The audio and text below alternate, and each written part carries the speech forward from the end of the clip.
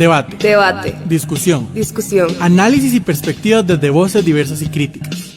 Esto es Voces y Política, una producción de Kioscos Socioambientales, Escuela de Ciencias Políticas, Escuela de Estudios Generales y Semanario Universidad.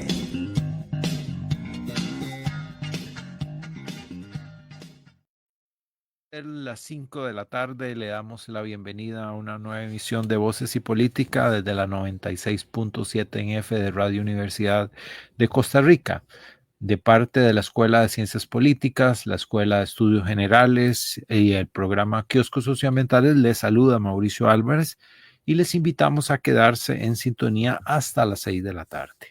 Agradecemos de antemano en el control técnico a Víctor Buey, a Paolo Marín y a Sebastián Segura en la asistencia de este programa. Hoy hablaremos sobre la situación de las personas defensoras de derechos humanos y laborales en El Salvador. Y es que el gobierno de Nayib Bukele ha realizado más de 500 despidos de directivos sindicales buscando eliminar algo así como 58 sindicatos de diversas instituciones públicas. Además, ha anunciado un violento ajuste fiscal al son de las medidas del Fondo Monetario Internacional, con el despido de más de 11,000 trabajadores, personas trabajadoras del sector público. Al mismo tiempo, viene recortando y limitando condiciones de trabajo que generan una mayor precarización de los servicios públicos para la población salvadoreña, principalmente en los servicios más claves que son salud y educación. Desde la toma de posición del actual gobierno en su primer periodo, en junio del 2019, la situación de los derechos humanos y las personas defensoras de los derechos humanos ha desmejorado. Y es que hasta la misma Comisión Interamericana de Derechos Humanos, la CIDH, ha mostrado su preocupación ante el aumento sostenido de agresiones que van desde discursos estigmatizantes y sujeción a procesos penales infundados, hasta ataques contra la vida e integridad personal.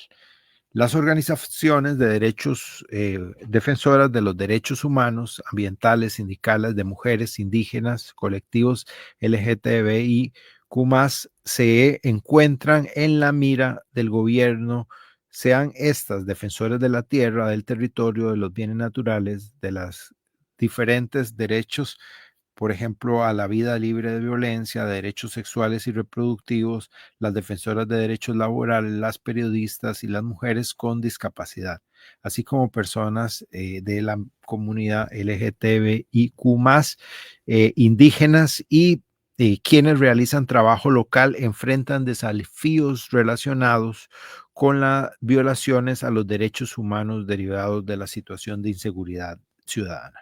Asimismo, en los últimos años, las fuerzas de seguridad han sido utilizadas por el gobierno como herramienta para reprimir a quienes no comparten sus ideas y se justifican con medidas que van en el marco del combate a la criminalidad de las pandillas.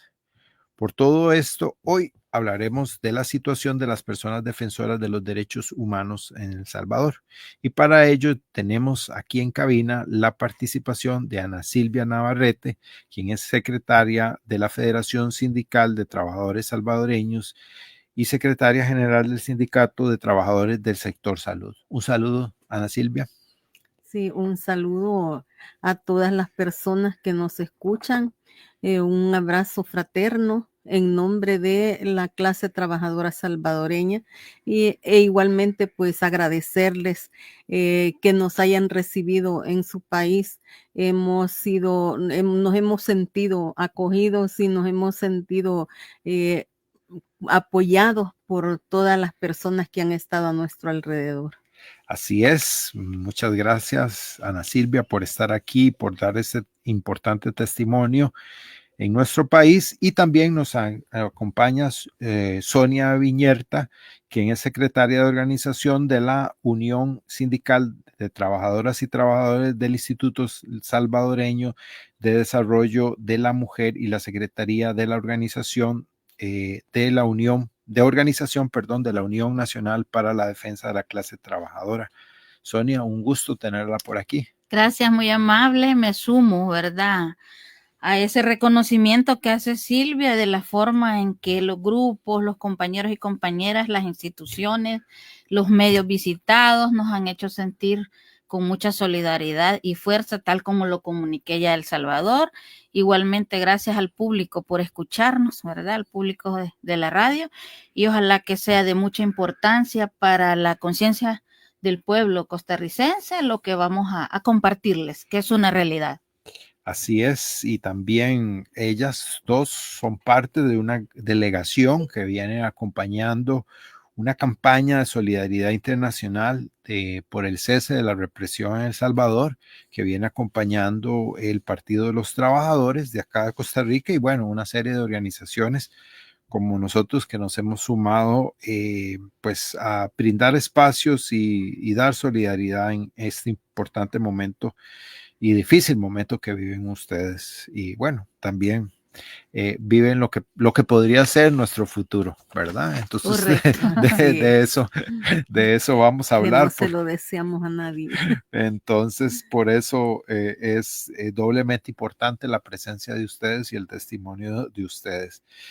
Y a nuestras amigas y amigos que nos escuchan, también recordarles que pueden participar, ya sea a través de las redes sociales, de los perfiles de Facebook de Voces y Política o de la Radio Universidad, o también pegarnos una llamadita al 22 34 32 33. Y bueno, además reiterarles la bienvenida. Nosotros pues estamos también contentos de que ustedes puedan venir para acá y que puedan expresar lo que sienten. Ustedes dos son parte de una gran masa ahora de 500 trabajadores despedidos. Y primero, tal vez, antes de empezar con la parte más, ¿verdad?, política y económica, tal vez la parte más personal, ¿verdad? Ustedes están despedidas, ¿verdad? Y son parte de un sindicato también, y entonces, pues, tal vez que nos cuenten, digamos, cuál es su situación personal, digamos, porque yo sé que ustedes vienen con un objetivo muy político, pero también parte de que la gente se civilice es conocer la situación particular de cada una. No sé si Ana Silvia nos quiere contar un poquito su situación particular, y después como para que entendamos después y veamos todo el contexto de cómo han llegado hasta esta situación. Así es. Muchas gracias por la oportunidad de dar a conocer la situación que estamos viviendo en este momento, las organizaciones sindicales en nuestro país, y que realmente también pues que sirva como una alerta para todos los hermanos de Costa Rica. Nosotros en agosto del 2023, del grupo que estamos acá en Costa Rica, soy la que tiene más tiempo de haber sido despedida del Ministerio de Salud, ya que en agosto del 2023 nos manifestamos a través de una conferencia de prensa, 5 sindicatos del Ministerio de Salud, debido a que había un retraso en el pago de prestaciones a los trabajadores de salud, como horas extra, vacaciones y nocturnidades. Nosotros decidimos realizar esta conferencia de prensa porque ya habíamos agotado todas las mesas de diálogo, se nos habían hecho falsas promesas que nunca se cumplieron. Incluso estuvimos en Casa Presidencial, en donde estuvo el señor Conan Castro, una persona que ocupa un puesto muy importante en Casa Presidencial. Allí se nos hizo la promesa de que en junio se pagaría todo lo que se adeudaba a los trabajadores. Sin embargo, pasó el mes de junio, pasó el mes de julio, llegamos a agosto. En agosto nosotros como trabajadores públicos tenemos un periodo de vacación que dura del 1 al 6, al 7 de agosto. y esperamos que pasara la vacación para poder nosotros manifestarnos. A esta conferencia de prensa nosotros convocamos a nuestros compañeros, primero que estaban de vacaciones, eso para no arriesgar y tampoco dejar descubierto el servicio por si se nos pretendía acusar de eso, aunque es un derecho que tenemos como trabajadores organizados. Se convocó a los compañeros que estaban en su día libre, el día que ellos no trabajan, que es para descansar, y a todos los compañeros y compañeras que salían de su jornada laboral. Esta actividad se hizo a las 3 de la tarde para no afectar el servicio de salud. Sin embargo, a pesar de haber tomado todas estas medidas de protección con nuestros compañeros, fuimos despedidos. O sea, la figura que usaron fue la suspensión con proceso de despido y destitución para cada uno de los secretarios generales de los sindicatos.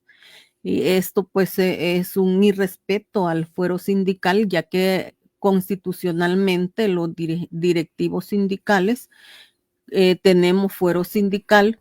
Además de eso, pues los convenios internacionales que han sido ratificados por el gobierno de El Salvador, como el 87 y el 98, en donde los trabajadores pues gozamos de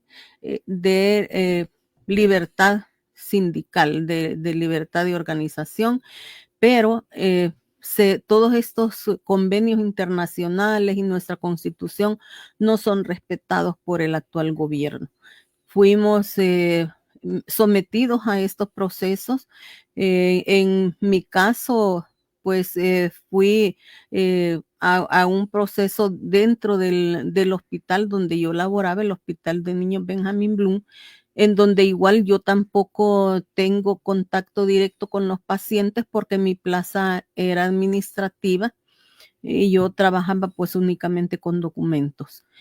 Entonces se me acusó de abandonar el puesto de trabajo y de poner en riesgo la salud de los pacientes.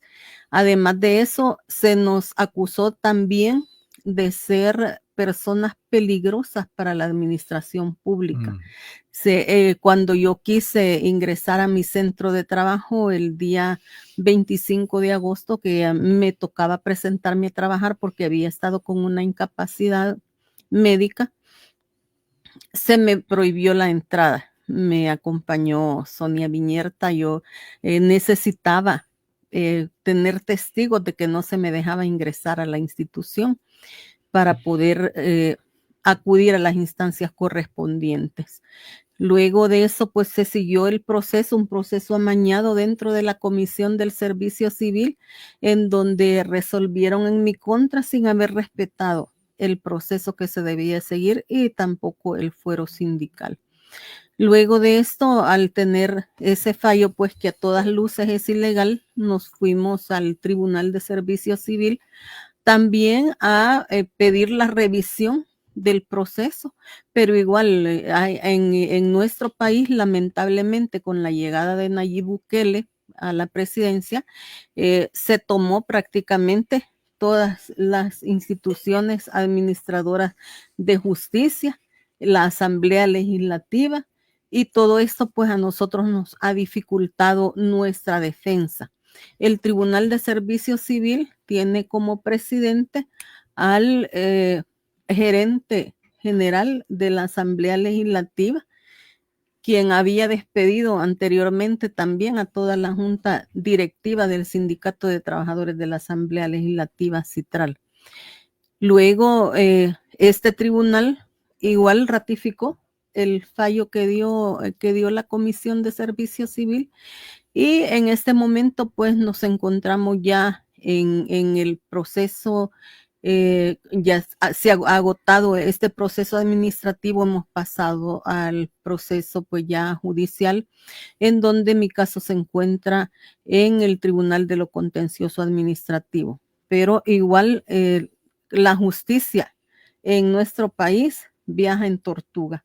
Hasta el momento no tenemos ninguna resolución sobre esta demanda presentada. Con mi abogado, pues hemos estado insistiendo sobre el avance, pues que tendría que llevar ya el caso. Pues fue presentado el escrito de la demanda desde el año pasado, sin haber tenido ninguna respuesta. Esto se hizo pues en septiembre del año pasado. No hemos tenido aún ninguna respuesta del tribunal. Entonces, al mismo tiempo, hemos presentado la queja ante la OIT. En la OIT sí hemos tenido algún avance en donde nuestra confederación es miembro de la ADS, una internacional, y a través de ellos pues se ha logrado un avance dentro de la queja que se ha presentado ante la OIT, en donde ya le pidieron informes al gobierno de El Salvador y nos pidieron también a nosotros nuestro informe por cualquier cambio que hubiese tenido en el proceso. Hasta el momento nos encontramos igual, y bueno, toda esta situación de la violación a la libertad sindical se ha seguido agudizando, dado que nosotros tuvimos el conocimiento a través del mismo gobierno de un presupuesto en donde se estaban congelando los escalafones para salud y educación, todos los contratos colectivos de las instituciones de gobierno que garantizan pues prestaciones adicionales al salario de los trabajadores estatales, pero igual se violentan todos estos derechos con la formulación de un anteproyecto de presupuesto en el que además de eso se suprimen plazas, se congelan plazas vacantes, se le resta al presupuesto de salud más de 90 millones, igual en educación también un recorte de más de 30 millones. Y todo esto pues generó descontento en los trabajadores de ambos sectores, por lo que decidimos unirnos, organizarnos y comenzar una lucha ya como movimiento para la defensa de los derechos de la clase trabajadora, que es pues el trabajo que andamos haciendo en este momento como organización, y donde estamos dando seguimiento a todos estos despidos que se han dado injustificadamente. Pues una de las actividades que realizamos, debido a que en septiembre conocimos el presupuesto, para el 19 de octubre programamos una marcha en donde defendíamos los presupuestos, especialmente, ¿verdad? Aunque hubieron otras demandas, el presupuesto de salud y de educación, además de los escalafones, contratos colectivos de los trabajadores del sector estatal y todo lo que nosotros logramos ver en ese momento que iba a agudizar la crisis en las instituciones que prestan servicios públicos. Luego de esto, pues, varios compañeros, en el caso de salud, había un grupo de 22 compañeros que se dirigían en un bus para participar en la marcha. El gobierno acostumbra a poner retenes policiales, y bueno, y en este caso hasta de soldados, para detener toda esta gente que va a participar en las movilizaciones. A estos compañeros les pidieron su documento de identidad, tomaron incluso fotografías de estos documentos, y eso fue el 19 de octubre, sábado, y el día 21 de octubre les estaban notificando verbalmente a los compañeros de salud que estaban despedidos por haber participado en la marcha, únicamente por defender sus derechos consagrados. Luego hemos seguido, ¿verdad? Todos los procesos en las instancias correspondientes. Igual nosotros sabemos que todas estas instituciones pues se encuentran cooptadas, ¿verdad? Entonces, que no vamos a tener la respuesta inmediata y mucho menos la respuesta esperada, pero que son instancias que debemos agotar para poder continuar con los procesos. Y ya que en nuestro país no está funcionando el sistema judicial, pues ya trascender a lo internacional. Así es, suena complicado, la verdad, pero bueno, están haciendo un proceso correcto, digamos, y necesario, digamos, para la sociedad en el sentido de defender los derechos básicos y los servicios básicos, digamos, que son tal vez más claves para las clases más necesitadas, ¿verdad? Educación, los que dependen más de las instituciones públicas. Ahora, Sonia, este ajuste estructural está relacionado con las medidas que toma el Fondo Monetario Internacional, porque aquí, por ejemplo, vino el presidente Bukele y la gente parecía, o sea, aparte de lo que la gente piensa es que en El Salvador se vive como una especie de bonanza económica, que todos están ricos porque ahora se supone que el gobierno no roba, digamos, o aparentemente el presidente no tiene tanta necesidad, por lo menos de robar como robaban los anteriores, digamos, o sea, se ha visualizado así, sino que roba de otras formas, digamos, y en otros sentidos, podríamos decir, digamos. Como por ejemplo, les roba a ustedes toda la tranquilidad, les roba todos los derechos, les roba, qué sé yo, tantas cosas que uno podría decir a partir del testimonio de ustedes. Pero bueno, Sonia, cómo está la situación particular económica, verdad? Que la gente un poco entienda qué es lo que está pasando en El Salvador, un poco en el contexto económico. Antes de referirme a eso que preguntaba, sí quisiera un poco plantearle a la población costarricense que escucha que todo lo que nosotros vamos a plantear aquí está en el marco de la legalidad, o sea, son derechos vulnerados que ya nuestras leyes, tanto nacionales como internacionales, reconocen y que mandatan al Estado que cumpla. Segundo, la situación también es un tanto difícil porque la forma en que se han cometido estas vulneraciones han sido bastante ofensivas, podríamos llamarle, atentando contra la dignidad de cualquier persona. Y tercero, que es importante, ¿verdad? Que nosotras lo que estamos denunciando es el incumplimiento de dos deberes importantísimos en materia de derechos humanos que tiene cualquier Estado que se precie de ser democrático, ¿verdad? Como es el deber de respetar derechos humanos y el deber de proteger esos derechos de cualquier vulneración, incluso de sus mismos agentes del Estado, así lo dicen los instrumentos internacionales, o de particulares, ¿verdad? Entonces, nosotros estamos aquí exigiendo derechos reconocidos y que van en retroceso, porque el derecho al trabajo, la libertad sindical, el derecho de asociación, el derecho al salario, son derechos sociales que deben, dice, ¿verdad?, los mismos derechos, la corriente de derechos humanos, que deben de ser progresivos, no regresivos, ¿verdad? No podemos ir para atrás, sino que tenemos que ir hacia adelante. Entonces, en el marco de la progresividad, nosotros consideramos y tenemos claridad de que hay varias aristas, ¿verdad? Pero este presupuesto con el cual se ha justificado el despido de más de 11,000 plazas, nosotros le llamamos presupuesto austericida.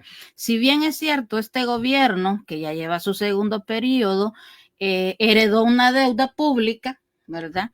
Y de que eso fue también una parte de cuestionamiento y de acusación de que el dinero alcanza cuando nadie roba, ¿verdad? Y cómo es que ahora no alcanza para nada. Entonces, este gobierno ha recibido más deuda, ¿verdad? Es el que más dinero ha manejado, el que más inversiones ha tenido, igualmente no alcanza. Entonces, bajo esa justificación de la famosa deuda pública, se ha comprometido, ¿verdad?, en préstamos, y el año pasado, en el 2024, el ministro de Hacienda anunció como un logro, como un éxito de gobierno, que para el 2025 iba a haber un presupuesto autofinanciado, es decir, que ya no se iba a hacer ningún préstamo, pero para eso tenía que despedir a más de 11,000 personas. Son casi como 11,200 personas proyectadas en el presupuesto que presentó.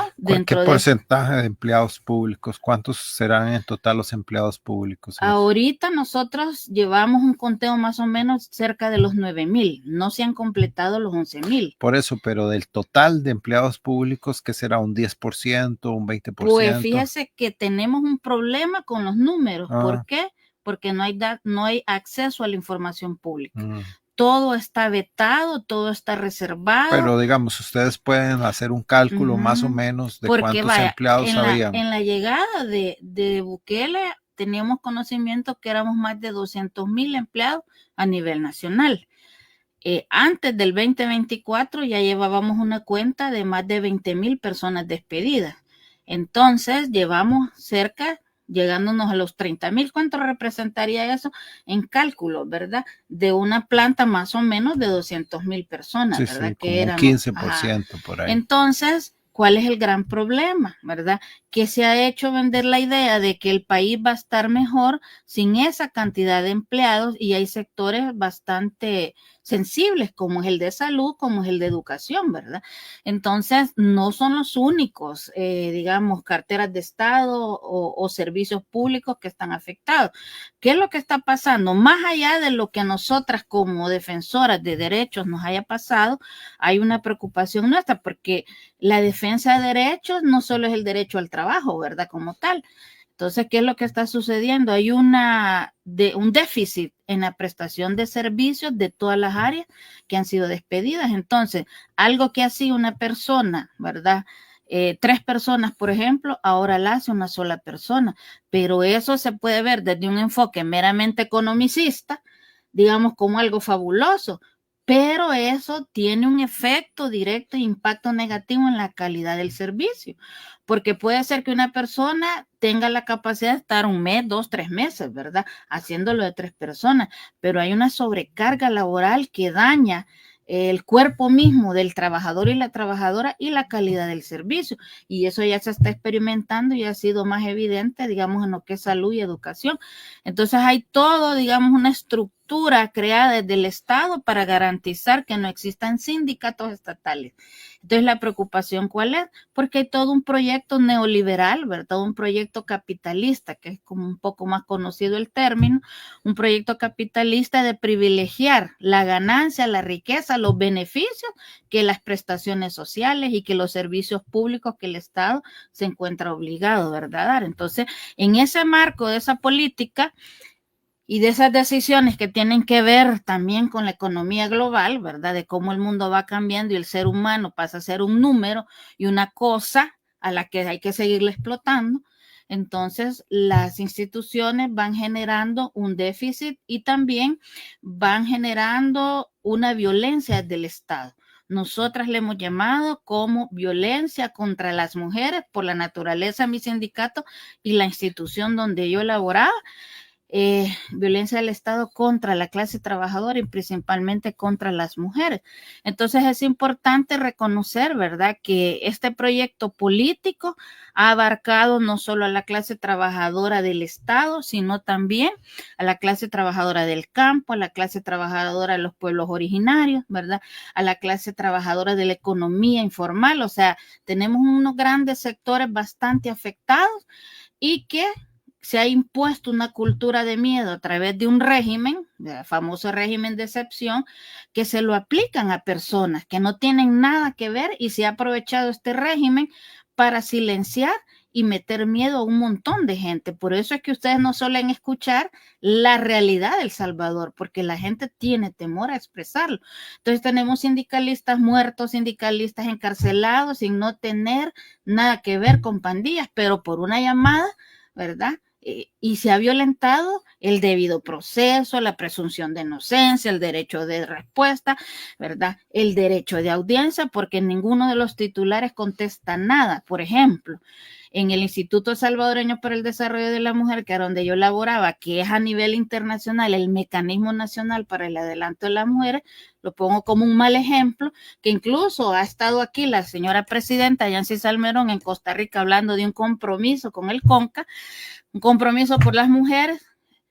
Nos anticipamos como organización sindical a decirle qué va a pasar, necesitamos hablar con usted para ver qué alternativas encontramos a todo este problema, no solo de las trabajadoras, sino de las mujeres en general. Nunca nos contestó. Sigo esperando la respuesta a febrero del 2025. Estamos hablando desde en septiembre, le mandamos 5 cartas y nunca las contestó. Entonces, esa es una tónica de los titulares y las titulares de las instituciones. No pueden sentar una posición, no pueden dar respuesta y todo se maneja de una forma verbal. Entonces, eso es una violación a derechos fundamentales constitucionales. Ahora, has dicho algo que tal vez para la gente no es tan clara. Ustedes tienen muchos años, entiendo ya, de régimen de excepción, pero la gente aquí no está acostumbrada al término, digamos. Ajá. ¿Qué entendería uno, verdad? Un mortal como por régimen de excepción. ¿Cuáles son las características? Fíjese que se entenderíamos en palabras así en el régimen de excepción como órdenes que da el gobierno para limitar derechos. Derecho a la libertad de expresión, por ejemplo, derecho a la libertad de reunión, derecho a la libertad de asociación, derecho a la libertad de movilidad. Y de allí nos volvemos todos sospechosos, ¿verdad? Entonces, la Constitución de El Salvador, que está siendo manoseada, por supuesto, establece 30 días, porque el mismo nombre lo dice, tiene que ser una medida excepcional frente a ciertas condiciones que pueden poner en riesgo la soberanía nacional, etcétera. Entonces, dice, y puede ser, ¿cómo se dice? Prorrogable. Prorrogable, ¿verdad? Pero eso se entiende en una forma como justificada y no extrema, que llevamos 3 años. Cada 30 días se vuelve a prorrogar, cada 30 días se vuelve a prorrogar. Entonces, bajo ese régimen de excepción, cualquiera, y eso es lo gran peligroso, cualquiera puede ser detenido y acusado de cualquier cosa. Ahora, en los documentos que leí, todos, digamos, diferentes sindicatos, grupos, ¿verdad? Ambientalistas, etcétera, indígenas, se les ha aplicado en mayor o menor medida, sí, digamos, medidas, estas restricciones, ¿verdad? Para acusarlos, para detenerlos. Voy a contarle a la población 2 casos. Por ejemplo, en la imprenta nacional de El Salvador, que es donde se saca todo el diario oficial, ¿verdad? El periódico del Estado, los compañeros y compañeras decidieron hacer un reclamo interno, ni siquiera público, no que haya adentro, porque había un incumplimiento de ciertos derechos para los y las trabajadoras de ese lugar. Pues entonces los detuvieron y se los llevaron presos por reclamar un derecho interno que era un compromiso adquirido previamente. Entonces vinieron ellos y exigieron, bueno, entonces este señor es un incumplidor, habría que destituirlo, ¿verdad? Le cayeron con la policía y se lo llevaron detenido. Lo mismo ha sucedido en alcaldías municipales. Por ejemplo, una alcaldía de un municipio, ¿verdad?, de San Salvador en San Marcos, porque pidieron una bonificación que ya estaba acordada, puede ser lo más doloroso, por decirlo así, para mejorar las condiciones laborales. Ya habían acordado una tarjeta de apoyo financiero, ¿verdad?, de alivio financiero, y porque lo pidieron, se llevaron preso al compañero. En cualquier país democrático eso no se da, porque son esos, llamémosle reclamos, pero son reivindicaciones de derechos laborales, son exigencias de derechos que las leyes internacionales y nacionales lo permiten, pero entonces le aplican el régimen y se lo llevan detenido, ¿verdad? Sí. Entonces es bastante peligroso, cualquiera, ¿verdad? Sí, y llevamos 3 años en ese estilo. Sí, de hecho, ustedes han dicho un montón de frases y han dado un montón de testimonios de partes de lo que está pasando en nuestro país, ¿verdad? Ustedes dan títulos de cosas que quiere el presidente, dan títulos en cosas que vamos caminando muy parecidos hacia allá, y de hecho, con la venida del presidente Bukele se firmaron acuerdos que están secretos, digamos, todavía la sociedad no los conoce. Ese secretismo es peligroso. Ustedes han dado en el clavo, ¿verdad? De la falta de transparencia, disminución de los servicios públicos, de acuerdo con el Fondo Monetario Internacional, ¿verdad? Que de alguna forma se estructuran bajo el ajuste estructural, ¿verdad? De reducir gastos, de reducir inversión, sobrecarga, digamos, por ejemplo, hay un ataque total en contra de lo público. Todo lo público es malo per se, y todos los empleados públicos somos vagos, somos delincuentes, somos casi que es toda una categoría para denigrar a la gente, cuando en realidad en nuestras historias los trabajadores públicos hemos sido siempre gente con un alto grado de servicio, con un alto grado de conciencia, que estamos preocupados tanto por el servicio, claramente por nuestras condiciones laborales, pero claramente también por dar un servicio mejor, porque el ciudadano tenga acceso a las posibilidades que da el Estado. Entonces, tal vez están haciendo como una mirada hacia el futuro nuestro, ¿verdad? Así lo dijimos, venimos del futuro. Eso es lo que nos preocupa. Así es, y de verdad, por ejemplo, aquí un estimado oyente nos dice lo mismo, digamos, dice Alfredo Chavarría de Moravia, tengamos cuidado con el payaso que acá está de presidente, porque eso mismo que está pasando en El Salvador nos puede pasar en Costa Rica. Yo le agregaría que nos está pasando, digamos, lo que pasa es que es como el cuento de la rana en la olla, ¿verdad? Una cosa es tirarla cuando está hervida y otra cosa es irla calentando a fuego lento. De a poquito. Y nosotros vamos de a poquito, porque de hecho lo clave de este gobierno ha sido decir que no pueden arreglar nada porque no tienen mayoría en la Asamblea Legislativa, pero que ahora denos mayoría y ustedes tienen ahí una mayoría que aprueba cada 30 días un estado de excepción para reprimir a la gente con la excusa de las pandillas. Aquí se ha levantado la excusa del narcotráfico,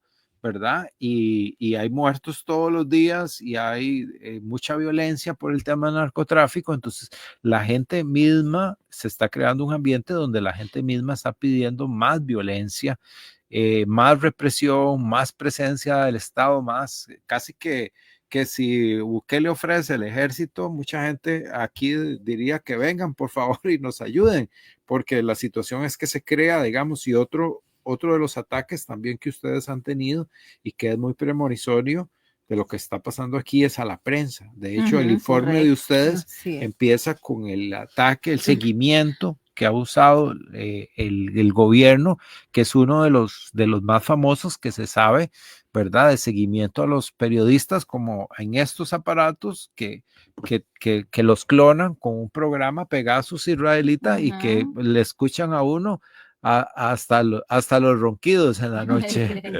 Sí, yo creo que es importante, y me voy a detener un poquito, tomar un par de segundos en eso, que las peticiones que les puede hacer el presidente de ustedes se parecen a las peticiones que hizo en su momento. Por ejemplo, dijo que la oposición que había en ese momento, los partidos en turno que habían estado y no lo dejaban.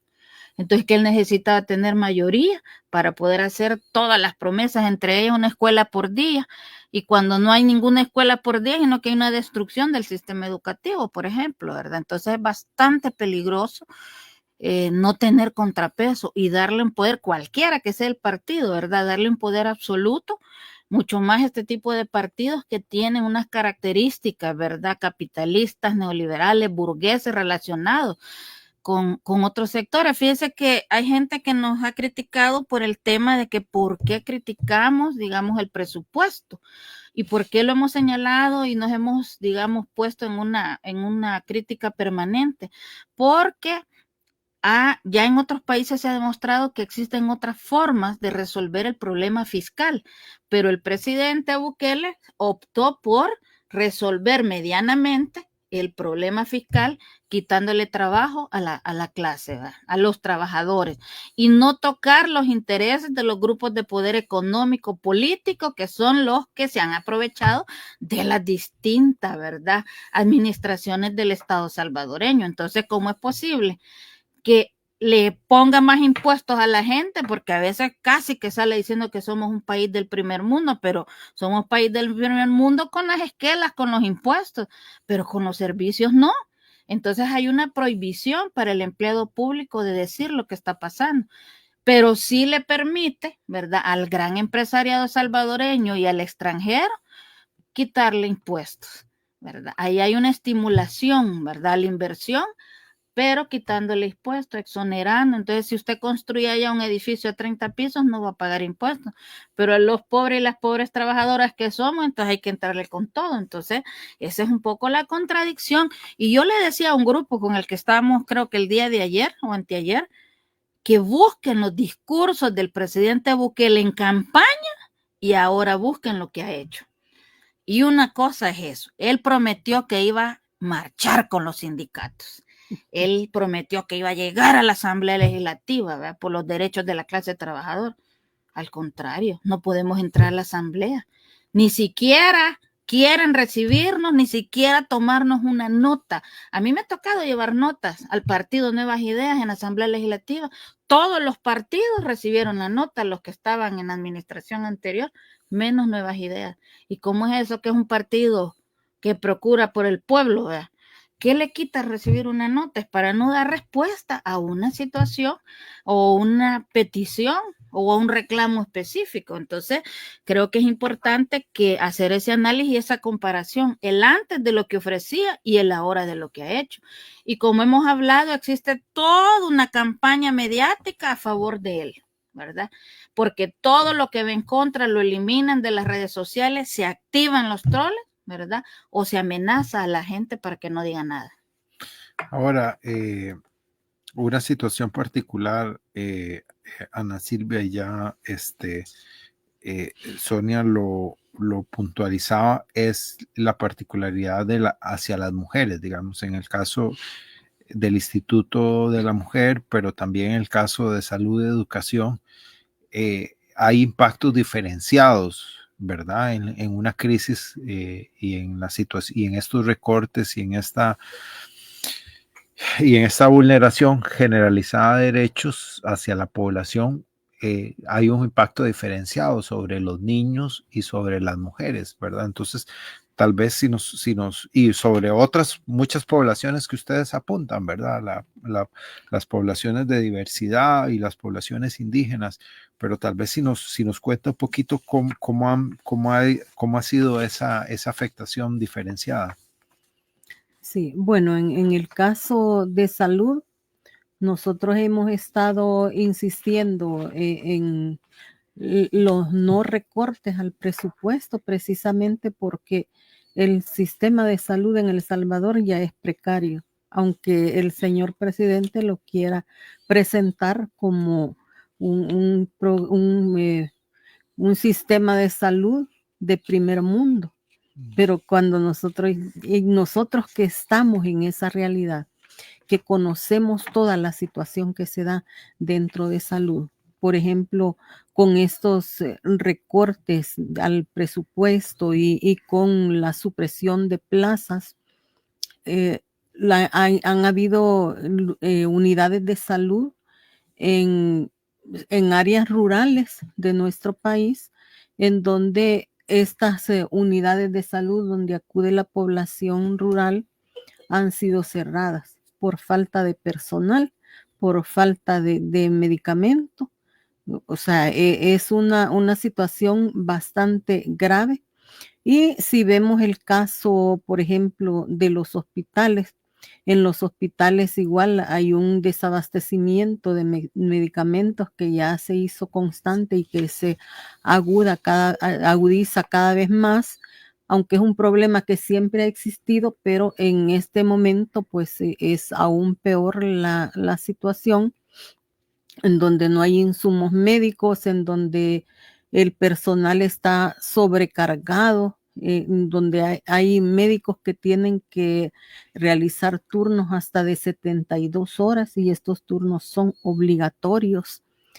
Y bueno, todo esto afecta no únicamente a los trabajadores, sino a la población en general que hace uso del Sistema Nacional de Salud. Igualmente, pues en las áreas rurales hay aún más necesidad de la población de acudir a estos centros de salud, en donde están cerrados por falta, ellos mismos lo han dicho, de personal o de insumos médicos. Entonces, nuestra lucha como sindicato no es únicamente para defender los derechos laborales de los trabajadores, sino para defender la salud pública que en este momento se encuentra en riesgo. Incluso se rumora que se van a establecer cuotas, entre comillas, voluntarias para que los pacientes ya colaboren para recibir los servicios de salud. O sea que quisieron implementar un copago que se llama, ¿verdad? Que es, más o menos va en camino hacia lo mismo. Sí, eso, bueno, durante el gobierno de Arena se pretendió hacer, como establecer canastas de servicios de salud para que los trabajadores pagaran bueno, las personas usuarias de la red hospitalaria pagaran esas canastas. Y si necesitaba una cirugía que no estaba incluida en la canasta y no la podía pagar, pues el paciente lo único que le quedaba era morirse. Y esto fue lo que motivó a los trabajadores de salud, incluso el colegio médico, pues tomó la batuta y protagonizó las marchas blancas para defender la salud, para que ésta pues pudiese seguir siendo pública. Y vemos en este momento, lamentablemente, pues con todas las condiciones que tenemos en nuestro país, en donde pronunciarse para pedir un mejor presupuesto es prácticamente un delito.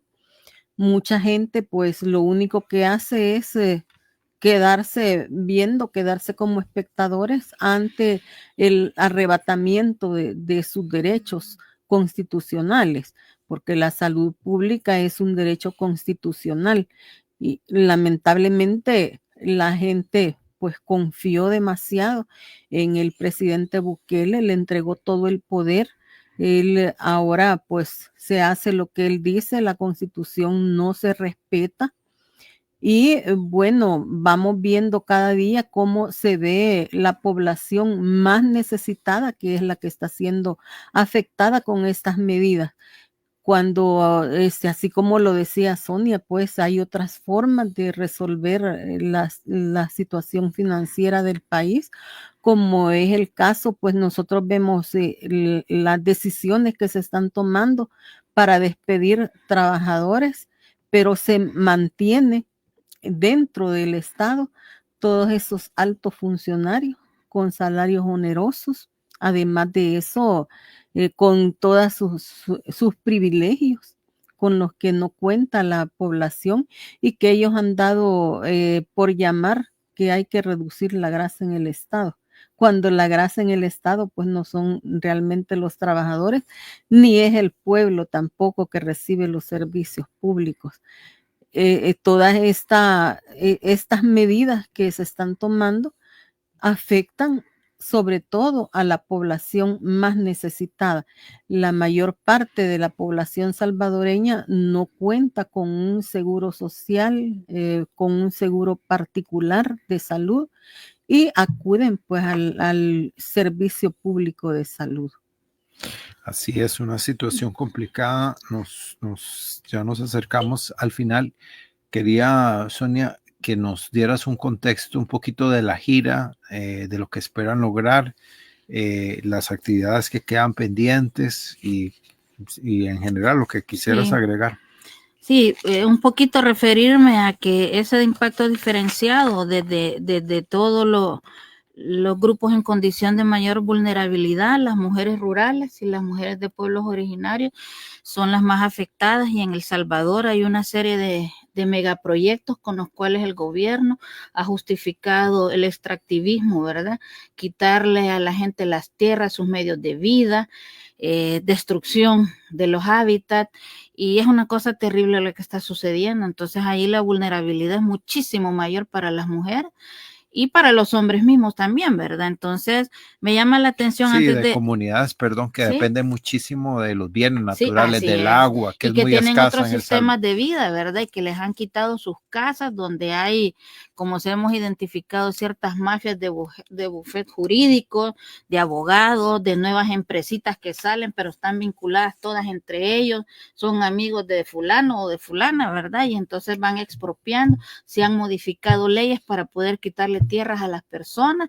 No, es horrible. Y quisiera decir, por lo que estoy señalando en este momento, cuidado cuando dice, acabo de leer aquí, Costa Rica y El Salvador iniciaron una preparación para echar a andar una propuesta de crear una Liga de Naciones que permita a países en desarrollo impulsar ideas conjuntas y proponerlas al gobierno. ¿Qué serán las ideas conjuntas? No sé si ustedes van a tener un régimen. ¿Qué serán ideas conjuntas? No sé si van a ser los despojos de tierra, los grandes megaproyectos, ¿verdad? Todo eso que estamos hablando, y la coacción a la libertad sindical, que es una cosa grave. ¿Por qué? Porque los sindicatos somos quienes defendemos a la clase trabajadora y señalamos cuando las cosas están mal en las instituciones públicas o empresas privadas, ¿verdad? Entonces, por eso, conscientes de eso, hemos recibido el apoyo, ¿verdad?, de organizaciones de distinta naturaleza en esta gira, sindicatos, medios, organizaciones medioambientales, porque traemos también esa denuncia, ¿verdad?, de toda la vulneración del derecho a la vida misma, ¿verdad?, para estas comunidades que están en el oriente del país. Entonces, esta gira se ha ido incrementando los encuentros a medida van avanzando los días, y que va a culminar, ¿verdad?, con la interposición de las quejas que traemos ante la OIT, ¿verdad? Porque una cosa también que no sé si ya lo dijimos, pero si me perdí en la exposición, las instituciones de El Salvador están controladas, entonces no hay mecanismos de protección. Las instituciones no reaccionan frente a la vulneración que se está dando. Por eso hemos tenido necesidad de venir hasta acá, ¿verdad?, para acudir a este mecanismo internacional que tiene la obligación, por ser tripartita, ¿verdad?, de escuchar a la clase trabajadora, y entonces vamos a ver qué pasa. Vamos a ver qué pasa, pero la gira está bastante estructurada con medios, con organizaciones, y como le digo, culmina, ¿verdad?, con eso. Y hemos querido también advertirle a la población, ¿verdad?, que piense antes, que tome conciencia antes y se informe antes. Y una manera de informarse sería ver esa comparación que yo decía hace un rato, ¿verdad? Porque en ese doble discurso que muchos políticos hacen, ¿verdad?, donde conocen las necesidades y las aspiraciones, los deseos, los anhelos de la gente y se aprovechan de eso, ¿verdad? pero sobre todo conocen los enojos y los miedos de la gente. También. Y yo creo que eso lo hacen lo hacen gobiernos muy psicópatas, sí, o personas muy psicópatas, porque en realidad saben por dónde entrarle a la gente, y como todos tenemos miedos, ¿verdad?, y vivimos un poco angustiados por salir económicamente, por el futuro, por la incertidumbre, ¿verdad? O sea, de hecho siempre estamos pensando qué vendrá en el futuro, Sí. etcétera, y parecen jugar con mecanismos, ¿verdad?, que son muy psicológicos, y que a la gente le activa, por ejemplo. Yo creo que lo que más han capitalizado es el enojo, y de alguna forma el enojo es miedo también en la gente. Y si uno lo ve, es lo que más se da, ¿verdad? La mayor manipulación. Y en las instituciones también, de los sindicatos, por ejemplo, el Instituto Salvadoreño para el Desarrollo de la Mujer despidió 100 mujeres y 4 hombres. En CONAMIPE, que es la institución del Estado que trabaja con la pequeña y mediana empresa, ¿verdad?, destituyó a 16, despidió, de los cuales de esos 16, 13 son mujeres. Entonces, dígame, y quiero contarle a la población para terminar, ¿verdad?, que eso a mí me duele mucho. No logro comprender de una forma lógica, porque no tiene sentido lógico más que hacer el análisis político, cómo es posible que se le haya designado $10 millones al Instituto de Bienestar Animal, y que no estoy en contra. Incluso en mi casa, los perritos que he tenido los he rescatado del maltrato, y el Instituto Salvadoreño para el Desarrollo de la Mujer se le quita el dinero, se le recorta el presupuesto y se le deja, ¿verdad?, una cantidad exigua, por lo cual se justifica el recorte. Pero lo que ha pasado es que se ha utilizado la figura de supresión de plazas, y de una manera ilegal, arbitraria, para deshacerse del sindicalismo estatal. Así es, y bueno, ya saben, está esta gira, estemos atentos para las actividades. De hecho, mañana en audiovisuales de la Biblioteca Carlos Monge a las 5 de la tarde va a estar Eric Zelaya, Ángel Flores y Roberto Herrera, hablando un poquito de Trump, Bukele y Chávez, y cómo enfrentar a esta nueva derecha. Entonces, a las personas que quieran participar y brindar su solidaridad. También hay una reunión con dirigentes sindicales el próximo jueves, también mañana a las 9 de la mañana en el auditorio de SINAE y afines. Convocan varias centrales sindicales.